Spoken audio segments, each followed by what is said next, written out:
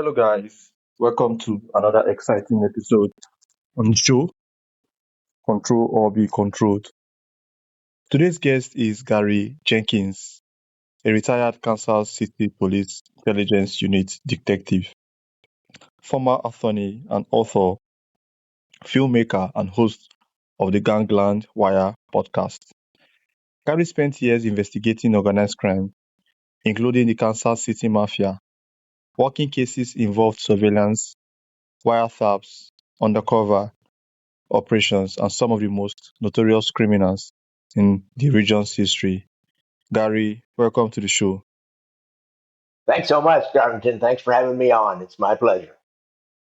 All right. So, Gary, you spent years investigating organized crime in Kansas City. What first drew you into the world of mafia investigations? I when I came on the police department, I found out about this thing called the intelligence unit, and I didn't know exactly what it was, but I knew we had a mob family or a mafia family in Kansas City. I knew it was a Savella family, and I'm a street policeman out here, to handling disturbances and writing reports and things like that. And I found out I knew these guys were cool, and they got to wear plain clothes, blue jeans and t-shirts if they wanted, leather coats in the winter, uh, just dressed like gangsters or like normal people, whatever they were doing. And they got to go to bars and sit and watch and wait and see who was meeting who and where mob guys were going. And so that was kind of like the big time. And they worked for the chief's office. And you had cars. You didn't have to have like a police car. You had like a old rental car. They buy used rental cars and use them, so it just looked like any car, and everybody had a car to take home. You had the entire run of the city, so that appealed to my sense of adventure. Thank you so much, Gary. So, what was it like investigating the Kansas City Mafia during such a dangerous period in history? It was, it's hard investigating a mafia family because they don't do things overtly.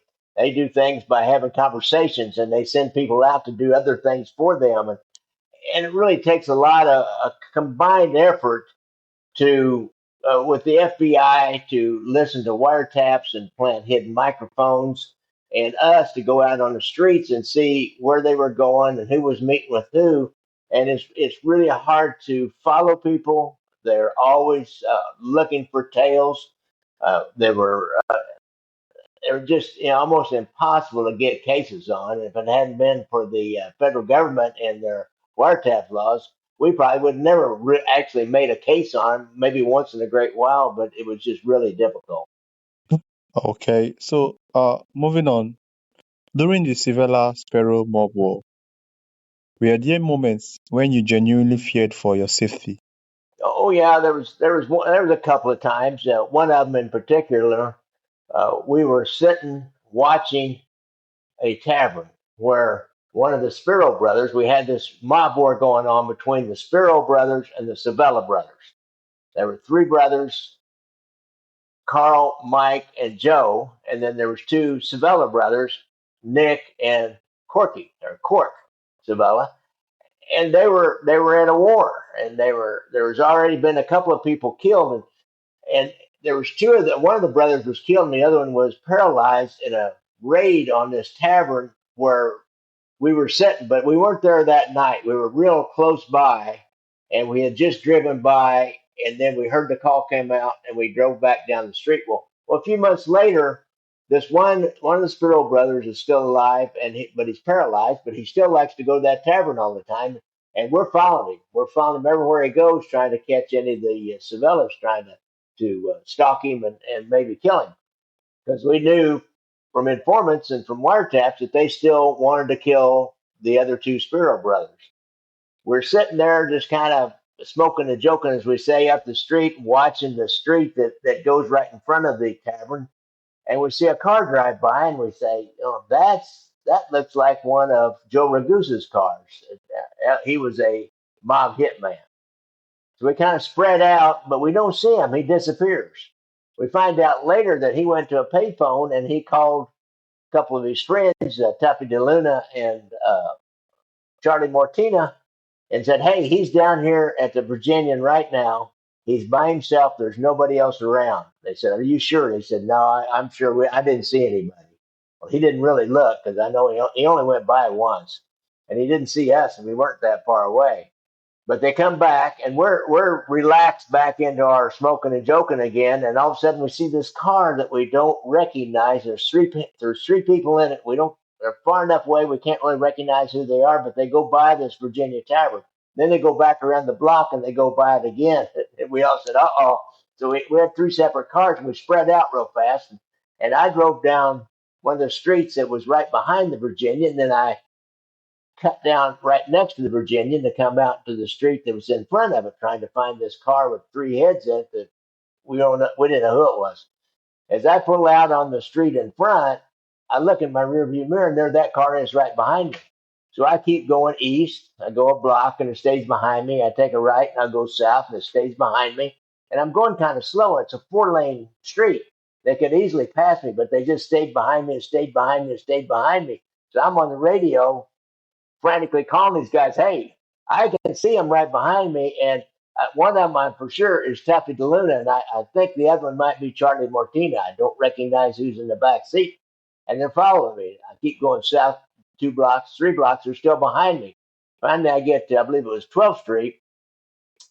They pull up in the left lane right next to me, and I just sit there staring straight ahead because I can hear on my radio the guys that are with me are getting over there as fast as they can, and they're calling to get a uniformed police car to come over and stop these guys. Because we're in plain clothes. We're in blue jeans and t-shirts and rental cars. And the only way we're going to stop them is if you run them off the road or something, and more than likely they're armed. I just, as the light changed, I glanced over to my left. I was trying to be cool, trying to play like I just happened to be in the neighborhood, happened to be driving down the street. And I see the underboss, Tuffy Luna, and he just gives me kind of a grin. And the driver turns left. And last time I saw them, they were leaving at a high rate of speed, eastbound on 12th Street, and we didn't see them again. But those were a tense few blocks, and they were behind me. And there's another time I was in a bar, and a lot of people, heavy drinking bar, old time dive bar. It was pretty good size, but I was watching one of the Sabella brothers, and he was back in a corner meeting with somebody. So I was just sitting at the bar watching him, and I felt these eyes on me next to me. You get this sense that somebody's paying a lot of attention to you. So I look over, I just kind of nod. This guy's kind of staring at me, giving this evil look, and I just kind of say, "Nod, how you doing?"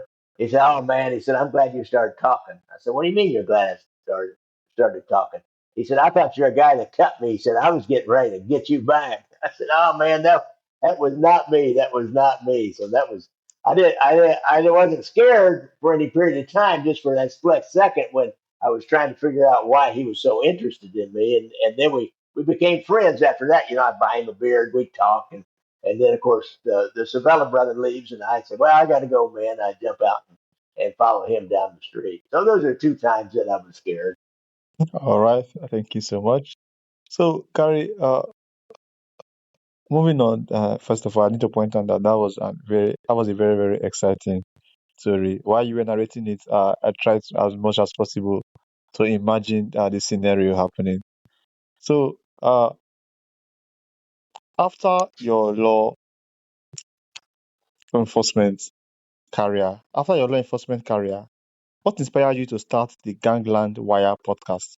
Well, the first thing I did, I did a movie. See, we were involved with this skimming from Las Vegas, from the Kansas City end, and there was a movie made called Casino. It's a pretty well known, real famous movie by Martin Scorsese, and Robert De Niro has the lead. He plays this gambler that works in the casino that helps the Chicago and Kansas City mob families skim money off the top of this from this casino.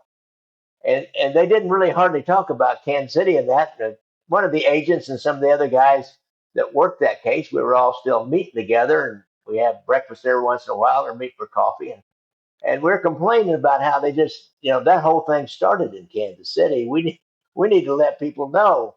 And I said, I have made one documentary. I made a documentary about some Civil War activities here in Kansas City, and I wrote a couple of books, historical fiction books about Underground Railroad events here in the border between Missouri and Kansas back in the Civil War, trying to help people escape slavery and get on north to Canada.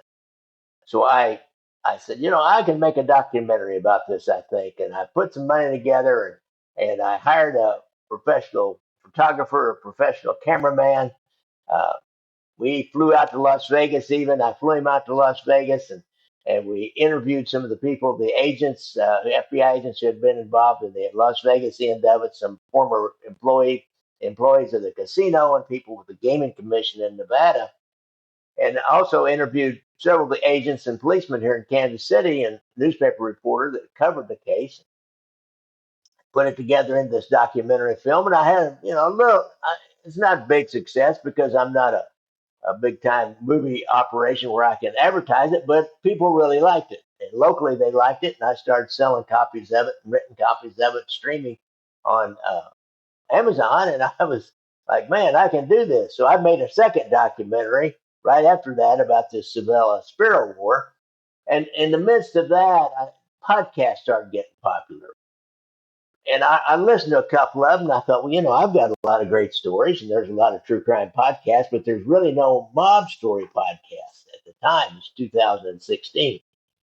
So I just started figuring out how you do a podcast. It's a matter of buying a little bit of equipment. It's a really low bar to get into it. I bought a decent recorder. I think it was a couple of $100, and a microphone. I had a microphone, a good one, a $500 microphone that I already had for my movie making uh, business, and so I put that together and found a guy who had a little internet radio station, and he said he knew a little more about it. So I got with him, and he was my co-host for a while, for a couple of years, and then we split up. But and I figured, then you just got to figure out how to. I had a website, so I hired somebody to rig the website where it would send. I would upload it to the website, the audio, and then it would send the feed out to the different apps. At the time, mainly podcast, Apple Podcast app, and so I figured all that out and had a hosting company, which wasn't very expensive. And really, the bar was pretty low to get in. I just started doing it. Just kept doing it, kept doing it. I found all kinds of people who wanted to be on the show, and continue to do it today. I think it's been going for 10 years now. Okay, Gary, thank you so much. So, moving on, what do people misunderstand most about law enforcement, organized crime investigations, or the criminal justice system? Oh, I think people they don't really understand how hard it is to actually make a case. There's a lot of people that get away with a lot of stuff, a lot of crime, because it's just so hard, especially when it's interstate crime. And organized crime is always or has an interstate capability to it because they connect with other mafia families around the country, and so they have a lot. They've already made a lot of money. Made a lot of money during Prohibition. They got really highly organized, and they live the life. They totally live the life. They have this code of omerta, or don't ever speak to the police, and under threat of death. And they joined this group when they agreed to never talk. So mob guys back then, would never talk. Now since then, the FBI, we've gotten some more tools, the RICO statute, racketeer influence and corrupt organization, where you can start taking down a whole family. And if you get a lower level guy to testify a little bit as the fact there is a crime family, and then you see these acts that this crime family is responsible for, but it just takes a huge effort to do that, and to do even one wiretap, it's got to be manned 24 hours a day. You can only turn it on when the named persons are on the phone, or a hidden microphone when the named person's sitting there with a microphone. You have to have a surveillance to say, yeah, they're there at that phone, or they're in that place where the microphone is, and they can turn it on for a little bit, but they have to turn it back off unless they hear the right voices. And then the right voices can be on, but then they have to have some kind of dirty talk or criminal talk, or they have to turn it back off again. So it's just so incredibly hard to make cases, and a lot of people don't understand that. They see TV, and in 1 hour they've wrapped everything up and dusted themselves off, and never have to write any reports and go on. All right. So, thank you so much for that wonderful explanation, Gary. So, Gary, after everything you have experienced, what advice would you give to someone who believes they are too old to start something new? Well, I would say you just got to do it. You just have to start off. It's like if you got to eat an elephant, you got to eat one bite at a time. If you're going a journey of 1,000 miles, you start out with one step. You just do the first little step. You start gathering information. Take a second little step. Try something. Don't be afraid to spend a little money on it. You're gonna probably have to spend some money, and you just have to think, well, do I want to spend this money on on going out and going to a movie? It's $50 anymore to go to a movie and buy popcorn for a couple of people. Go stay at home, watch TV, and go spend $50 on a little better microphone or something. And you just have to be ready to sacrifice a little bit some of the other things in your life, and you have to get a certain satisfaction out of starting a podcast. You have to get a certain satisfaction out of telling stories and interacting with people, because that's what I've learned with podcasting. I've ended up interacting with people all around the world, and made friends and people. I've gone to other cities, and I'll go to another city and film mob locations and put it on my YouTube channel. And I'll stop in and visit some regular fans that I have from other cities, because we comment back and forth on YouTube and on my Facebook group. I have a big Facebook group that's got 60,000 people on it. The Gangland Wire podcast. And recently, here's something that's just brand new for you. The first time I've ever really said it publicly. I'm starting a sister podcast, if you will, another podcast under Gangland Wire, which is my original one about the mafia. And this is going to be Murder Blueprint. It's going to be, I'm going to do stories about other crimes like serial killers and serial rapists and mass murderers and crimes like that, different kinds of horror crimes that I never touched in the Gangland Wire podcast. So look for that. Any of your listeners out there, look for Murder Blueprint. I'll be up and running within the next week or two. All right, Gary. So, there's a particular question I mixed and I wanted to ask you before. So, because I love hearing when you talk about when you narrate the crime part and so okay, so we have covered Bob the Butcher Berdella, one of Kansas City's most notorious serial killers. What made that case to stand out? I think it was the kind of the horror of it, but also the contrast between who people thought he was and who he really was.